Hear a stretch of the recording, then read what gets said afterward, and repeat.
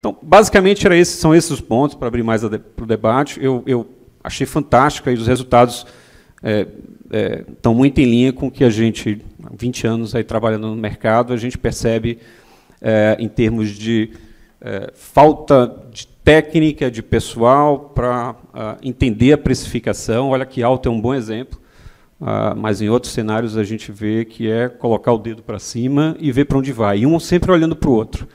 A gente tem no seguro garantia, por exemplo, taxas de 0,07%, 0,01%. E por que essa taxa? Não sabe. Então, existe um problema muito grande de precificação, o Alto não foge disso, mas como tem um histórico, uma massa maior, então se consegue uma precificação razoável. Então, basicamente é isso, professor Humberto, Marcelo, o recado que a gente tinha para dar aqui. Boa tarde. Perguntar para o Cássio. Cássio, quando você falou sobre a precificação, você disse exatamente sobre o quê? Sobre a falta de uniformidade na questão do modelo matemático, ou cada seguradora usa um modelo, uma forma de precificar? Seria assim, sobre o que exatamente? Vamos lá. Quando a gente está falando de massificado, né, que é o alto, você tem uma técnica um pouco mais requintada. Tá? Mas é muito, e a gente conhece a cozinha, é muito um trabalho de trás para frente, que é de bench, né, em primeiro lugar, e uma análise meramente de sinistralidade histórica. Basicamente isso. Não tem tecnologia e algoritmo, e tem gente entrando no OpenShift para vender o algoritmo, para fazer um B2B, para dizer, olha, coloca outras variáveis além disso.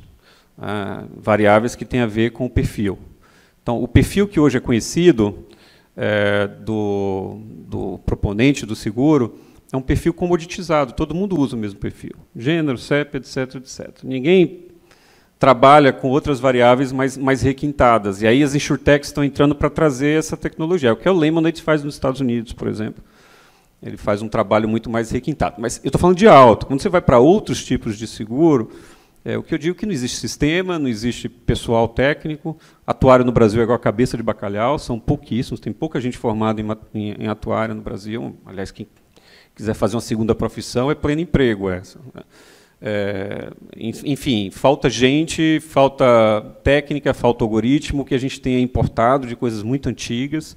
E quando vai para grandes riscos, aí é totalmente aleatória a precificação. Sendo muito sincero, se a gente está falando de usina hidrelétrica, o cara pensa assim, o diretor, vamos cobrar 0,3. Sinceramente, é assim que funciona o mercado, infelizmente, no Brasil. Tá? É prêmio para dentro. É essa que é a ideia. Põe prêmio para dentro e vamos ver o que é que vai dar. É mais ou menos empacota e joga para o ressegurador. Se ele aceitar, está tudo certo. Essa é a ideia do mercado hoje. O Bright quer fazer um comentário aqui. Só complementar uma coisa.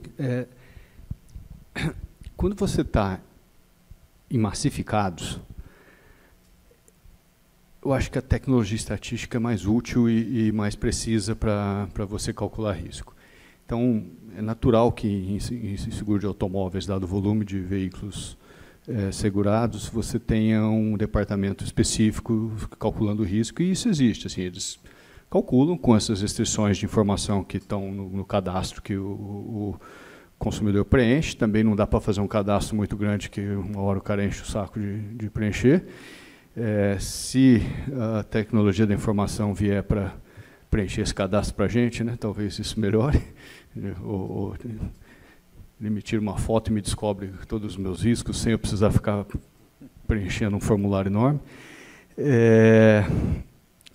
Agora, quando você vai para o outro extremo, que são os grandes riscos, plataforma de petróleo, a estatística te ajuda muito pouco, porque ainda que eu saiba qual é a real probabilidade de uma plataforma de petróleo afundar, o fato é que eu não vou ter 1 milhão de plataformas seguradas. Vou ter 10, 20. Então, quando o acidente vier, eu estou ferrado se eu não tiver ressegurado. Então, o preço acaba ficando um pouco reflexo do que é a minha capacidade de passar para frente parte do risco. Quanto vão me cobrar quando eu for passar para frente parte do risco. Então, o resseguro ou a pulverização daquilo que eu segurei é o que vai determinar a precificação. E, no limite, você tem lá alguém comprando o último centavo do papel securitizado, que é o que está dando preço, né? Que é provavelmente algum fundo de pensão lá na China, comprando um risco desse e fala, estou disposto a correr, não sei que risco é esse, mas bota aí 5%, 1% do meu patrimônio e bota um prêmio em cima disso. Então, a precificação acaba misturando o risco e a aversão ao risco de quem está demandando ofertando o resseguro, né? Olá, boa tarde a todos.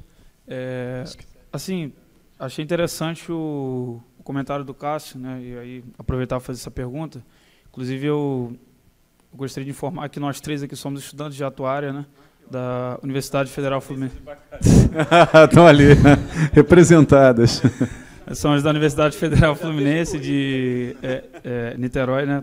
Então, aquele comentário seu, pô, acho que a gente está aqui para realmente ocupar esse espaço no mercado de trabalho. Assim, não, um dado interessante, né, que eu pude observar foi na fala do Luiz, né, quando houve aquele estudo de caso, né, sobre as franquias normais e reduzidas, né, e um dado interessante foi justamente essa curiosidade ali na distribuição, né, inclusive foi algo que acabou fomentando o debate.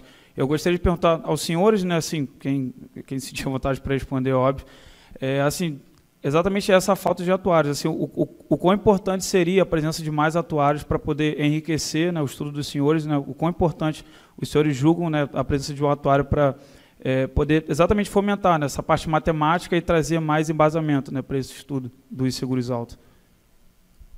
Eu posso falar, eu conheço bem alguns atuários, assim, a gente percebe que algumas seguradoras sequer têm atuários internos, né, contratados. E seria uma peça-chave dentro da seguradora, né? É o core. Então, em primeiro lugar, eu acho uma valorização da profissão dentro do mercado, né? Talvez o regulador devesse também exigir a figura do atuário, do matemático, de uma forma geral, dentro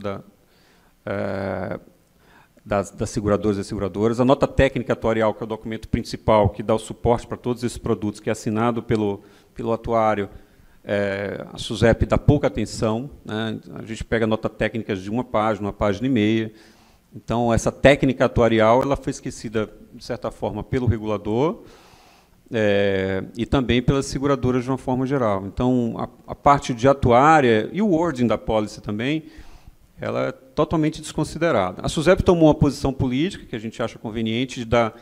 Hoje, a SUSEP não faz uma análise ex ante da nota técnica atuarial e do wording da pólice. Ela faz uma fiscalização posterior. Hoje basta mero depósito.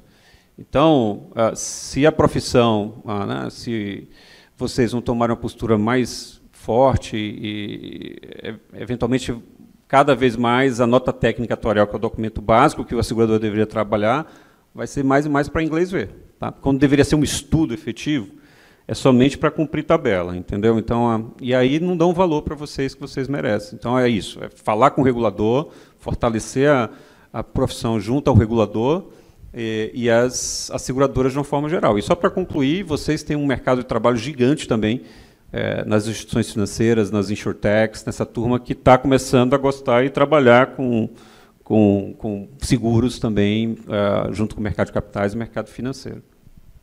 Vou fazer vestibular, sou um atuário, não tive competência para estudar tanto, aí fiz direito. Só fazer um comentário para o pessoal que está estudando. Adicionalmente a conseguir algum tipo de proteção à profissão, talvez vocês queiram competir com os profissionais que estão ocupando espaço, tanto no setor financeiro quanto no setor de seguros. E cada vez mais está tendo demanda por gente com capacidade de programar, de entender inteligência artificial, entender econometria, estatística sofisticada. E se o mercado realmente se profissionalizar, pelo menos na parte de massificados que eu estava explicando antes, sem dúvida esse perfil vai ser muito valorizado. Então, assim, se vocês tiverem chance de fazer curso de computação e gastar tempo programando, aprender a programar, isso é uma coisa que é demandada, sim.